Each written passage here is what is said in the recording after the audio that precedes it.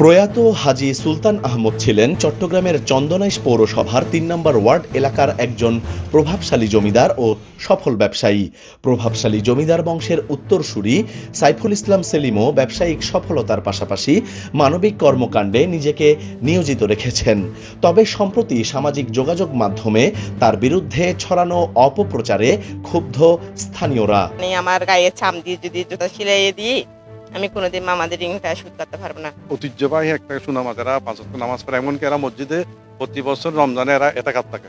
এরা এরকম ধার্মিক, এইভাবে এরা নামাজ কালাম সবকিছু এদের আব্বার থেকে আমরা ছোটবেলা থেকে দেখতেছি এগুলো সব। ওদের কারণে তো এখানে মনে করেন মাদ্রাসা হয়েছে, মসজিদ হয়েছে, ওরা মোটামুটি মানুষকে খুব হেল্প করে।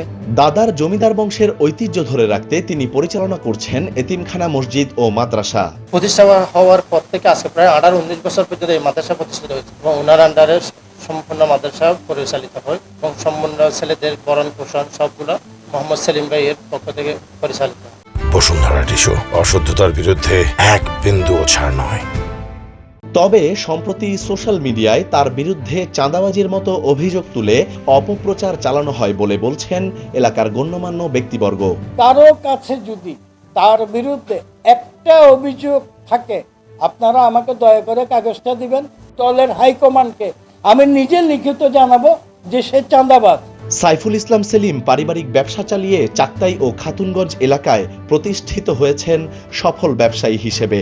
রাজনৈতিক পরিচয়ের কারণেই তার বিরুদ্ধে এ ধরনের অপপ্রচার চালানো হচ্ছে বলে দাবি করেন তিনি। যে দোকান, যে জায়গা, ওখানে যদি কোনো অস্তিত্ব পান, মশাল্লা সিন্ডিকেট, পলিথিনের সিন্ডিকেট কোনো অস্তিত্ব পান, আপনারা না এলাকার এই ব্যাপারে কেউ যদি কোনো অস্তিত্ব খুঁজে পায়, আমি নিজে থেকে রাজনীতি থেকে সরে দাঁড়াবো। যেই দোকান ও জায়গা ঘিরে চাঁদাবাজি ও দখলের অভিযোগ, তারাই সেলিমের প্রশংসা করে বলছেন মিথ্যা প্রচারের মাধ্যমে বিভ্রান্তি ছড়ানো হচ্ছে। যে জায়গা আমাদের পৈতৃক সম্পত্তি, 1968 সাল থেকে আমরা এখানে ব্যবসা করতেছি। এখানে এই জায়গা নিয়ে তো ওইরকম কোনো অভিযোগ আমরা তো কাউকে করি নাই। কুচক্রি মহল, একটা মহল মানে ওর সুনাম নষ্ট করার জন্য এগুলো করতেছে আর কি। আবির আহমেদ, কালের কণ্ঠ, চট্টগ্রাম।